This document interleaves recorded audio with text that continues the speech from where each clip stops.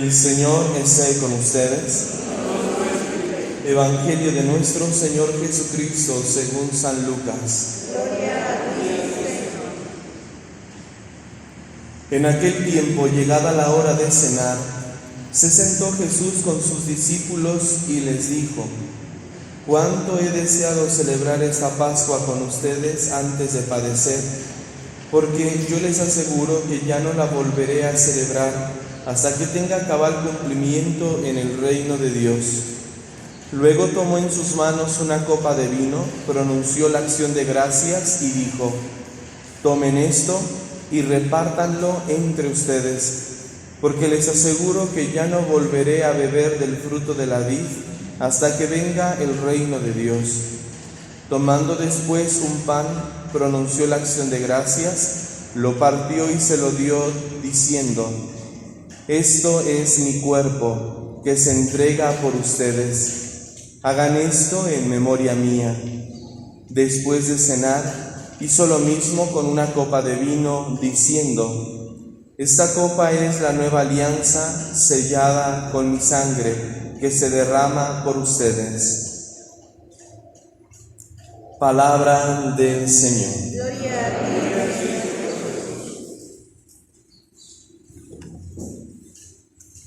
El jueves después de Pentecostés celebramos la fiesta de Jesucristo, sumo y eterno sacerdote. Es una oportunidad para honrar, adorar el único sacerdocio que es el de Jesucristo, y con él agradecer el don del sacerdocio que confiere a la Iglesia. Jesucristo es el sumo y eterno sacerdote, y tendríamos que añadir, es el único sacerdote. Jesucristo es el único sacerdote de la nueva alianza. Y cuando hablamos de que Jesucristo es sacerdote, decimos que es sacerdote no a la forma tradicional del pueblo judío, porque los sacerdotes de la antigua alianza del pueblo judío ofrecían sí sacrificios en el templo, pero los ofrecían por el pueblo y por ellos mismos. Jesucristo ha ofrecido el único y eterno sacrificio, y lo ha ofrecido solo por nosotros, por Él mismo, ¿no? Porque Él no tenía necesidad de ese sacrificio. Se ha sacrificado muriendo en la cruz por nosotros, por nuestra salvación. Por eso, con toda la extensión de la palabra, decimos que Jesucristo es el único sacerdote, porque ha llevado a cabo el ofrecimiento de su propia vida, de su propio cuerpo, como sacrificio eterno y agradable al Padre en favor de nosotros. Y como nos lo expresa en otro pasaje la carta a los Hebreos, Jesucristo intercede por nosotros ante el Padre. Es sacerdote entonces porque ha ofrecido el único y eterno sacrificio por nuestra redención, por nuestra salvación. Pero es sacerdote también porque intercede continuamente ante el Padre. La opción B de Evangelio para este día es el Evangelio de San Juan que leímos la semana pasada, si mal no recuerdo. La oración sacerdotal de Jesús que aparece pues en el último capítulo del Evangelio de San Juan, que Jesús ora al Padre por sus apóstoles, por sus discípulos y por aquellos que van a creer en la palabra de sus discípulos. Jesús, por lo tanto, se convierte en un intercesor, en un mediador entre el Padre y nosotros. Decimos también con toda confianza que Jesucristo por eso es pontífice, es decir, puente entre Dios y los hombres. Es Jesucristo quien ha conectado estos dos extremos, la humanidad y la divinidad, y los ha conectado en su misma persona, porque siendo Él verdadero Dios y verdadero hombre, en Él se conjugan y se conectan estas dos naturalezas, la humana y la divina. Por eso Jesucristo es pontífice, es sumo. Cuando hablamos de sumo, pues hablamos del grado más alto, ¿sí? Del grado más alto, más extenso, más sublime del sacerdocio. Sobre todo con estas dos características esenciales del sacerdocio: el ofrecimiento de su propia vida, de su propio cuerpo, como sacrificio único por la salvación de los hombres. Y segundo, porque al ser sacerdote se convierte entonces en un intercesor, en un puente que conecta a los hombres con Dios. Este es el sacerdocio de Jesús. Y Jesucristo, queriendo prolongar su presencia en medio de nosotros, nos dice también la carta a los Hebreos, elige a unos de entre los hermanos para compartirles de su sacerdocio, de ese sacerdocio que solamente Él posee y que nos lo confiere a hombres llamados por Él mismo para prolongar su presencia salvadora en medio de nosotros. De ahí entonces que el sacerdocio ministerial dentro de la Iglesia es el sacerdocio de Cristo. Por eso decimos que el sacerdote ministerial es alter Christus, es otro Cristo, porque su sacerdocio, el sacerdocio que poseemos nosotros los sacerdotes ministeriales, es el sacerdocio de Cristo, no el nuestro. Ejercemos toda acción en el nombre de Cristo y lo hacemos a favor de la Iglesia, a favor de los hombres. Realmente, así pensando el sacerdocio ministerial, pues el sacerdocio ministerial se ofrece por los demás. Nuestro sacerdocio está en función de los demás, no de nosotros mismos. De ahí que un sacerdote no puede bendecirse a sí mismo, no puede absolverse de sus pecados a sí mismo, aunque posee el poder y la gracia sacerdotal. El sacerdote no puede bendecirse a sí mismo, bendice a los demás, absuelve a los demás. Un sacerdote no puede tampoco ofrecerse un sacramento para sí mismo. No puede ungirse, por ejemplo, con el óleo de los enfermos. No puede ungirse a sí mismo.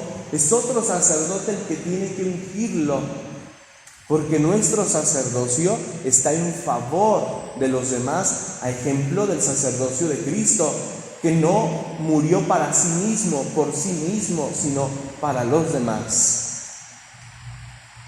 Esta es la grandeza del sacerdocio de Cristo y del sacerdocio permanente, eterno, que prevalece dentro de la Iglesia, el sacerdocio ministerial. Por eso también hoy es una oportunidad para dar gracias a Dios por el don del sacerdocio a la Iglesia. Es una gracia, es una dicha, es una bendición. En nuestro contexto de diócesis, pues estamos bendecidos. Hemos sido testigos, quienes presencialmente, quienes a través de los medios, de la ordenación este fin de semana de 70 nuevos sacerdotes para nuestra arquidiócesis. Y decía el cardenal al final de una de las misas, decía el cardenal que le preguntan algunos obispos de otras partes del mundo: ¿y si necesitas a todos esos sacerdotes?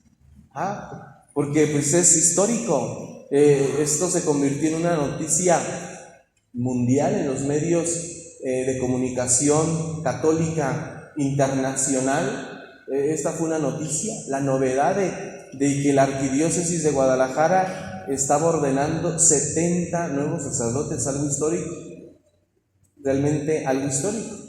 El mayor número de sacerdotes que se habían ordenado anteriormente habían sido 50, 51 más o menos, era el mayor número. Pues ahora se sobrepasó 70 nuevos sacerdotes. Y dice el cardenal, sí, se necesitan. Tanto se necesitan, dice el cardenal, que por eso al final de la ordenación se les da su destino a cada sacerdote, para que vean que sí, pues ya hay comunidades que los están esperando. No es de que, pues, a ver dónde los acomodamos, mientras dónde los dejamos para buscarles un lugar, ¿no? Ya hay comunidades ansiando a un sacerdote. Es la gracia. Hemos sido bendecidos nosotros en esta región de Occidente, de Jalisco, con numerosos sacerdotes. Seguimos siendo una diócesis que sigue dando muchos sacerdotes.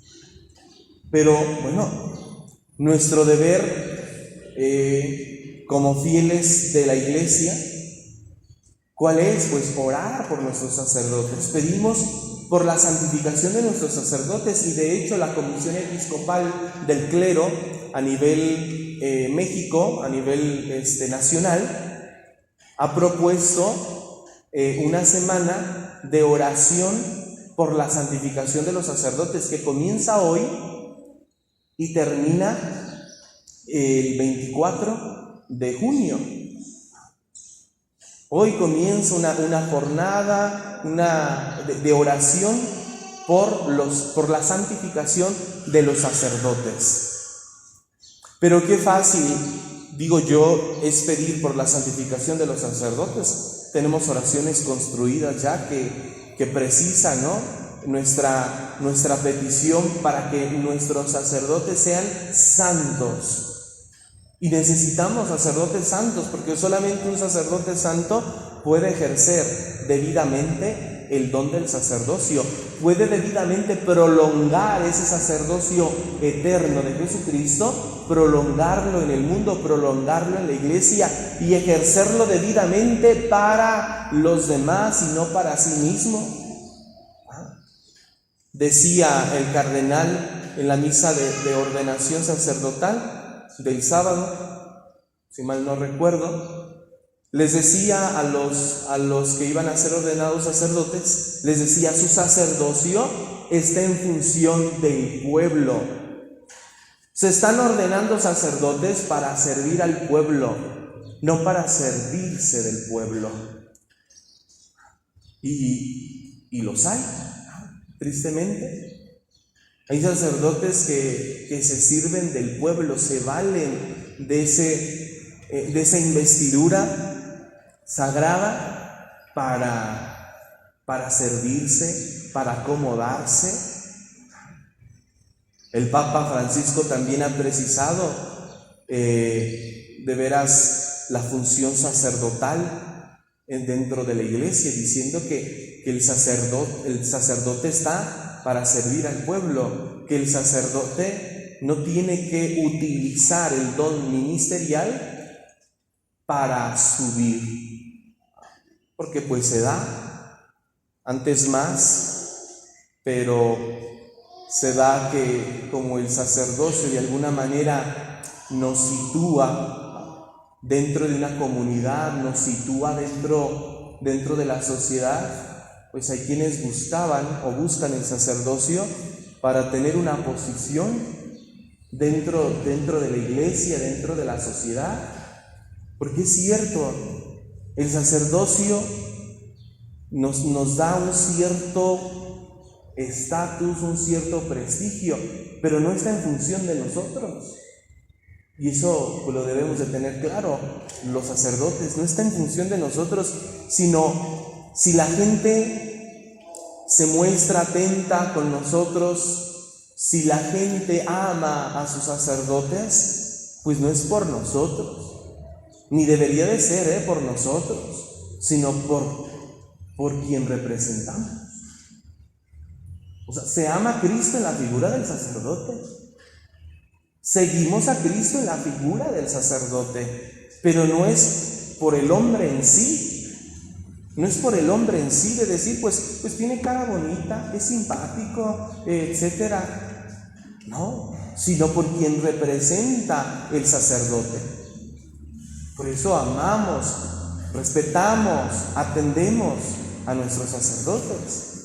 Y pedir por la santificación de nuestros sacerdotes no solamente es una oración, una petición, un deber, sino también es una obligación y es un compromiso.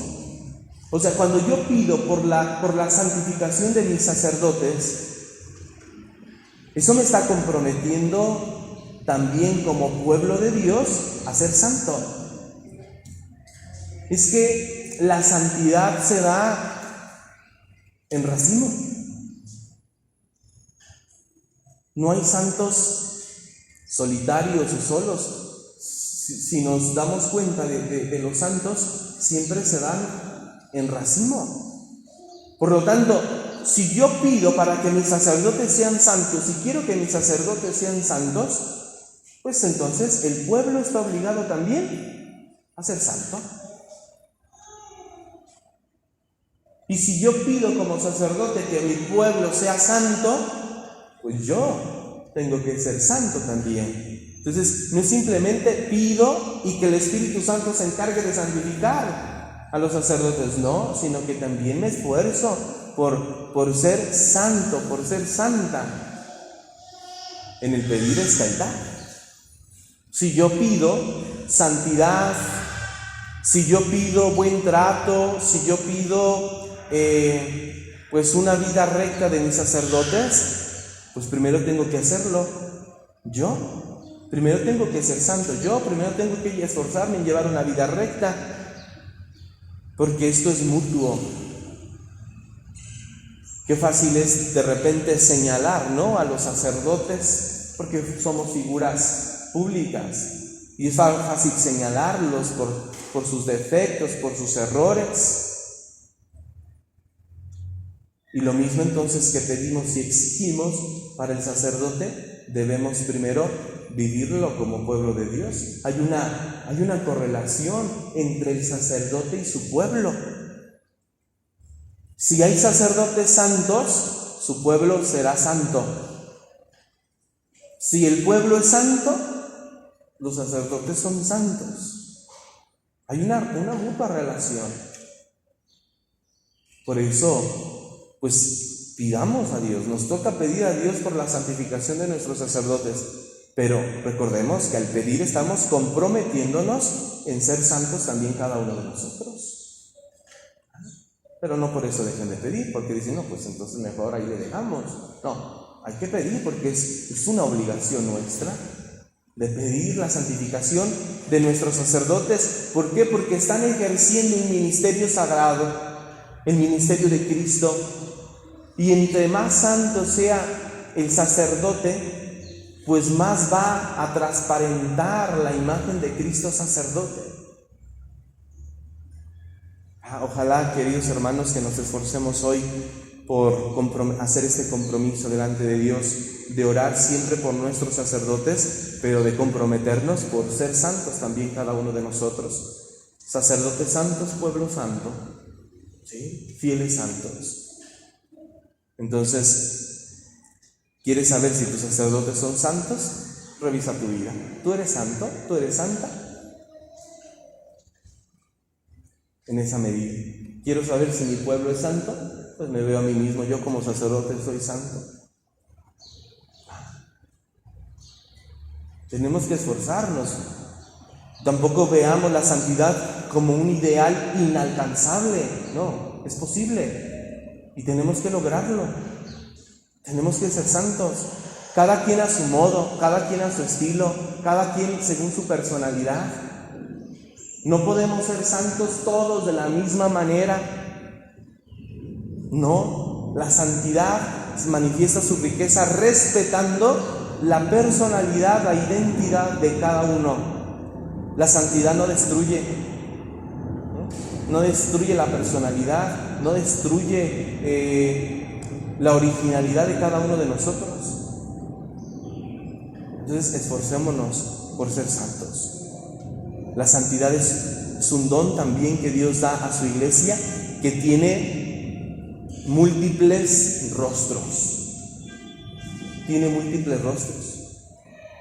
No solamente son santos aquellos que rezan, no solamente son santos aquellos que tienen dones extraordinarios, no.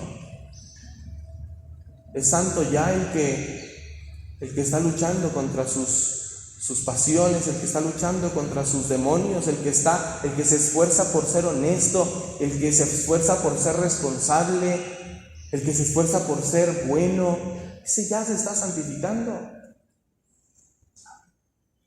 Pues ojalá, queridos hermanos, que hoy honremos, adoremos el único y eterno sacerdocio de Jesucristo y que demos gracias a Dios por el don del sacerdocio que ha dado a su iglesia, que pidamos por la santificación de nuestros sacerdotes en estos días, ¿verdad? Hoy empieza. Ojalá que de veras nos acordemos a lo largo de estos días, desde hoy hasta el 24 de junio, ¿verdad?, de orar por nuestros sacerdotes, por su santificación.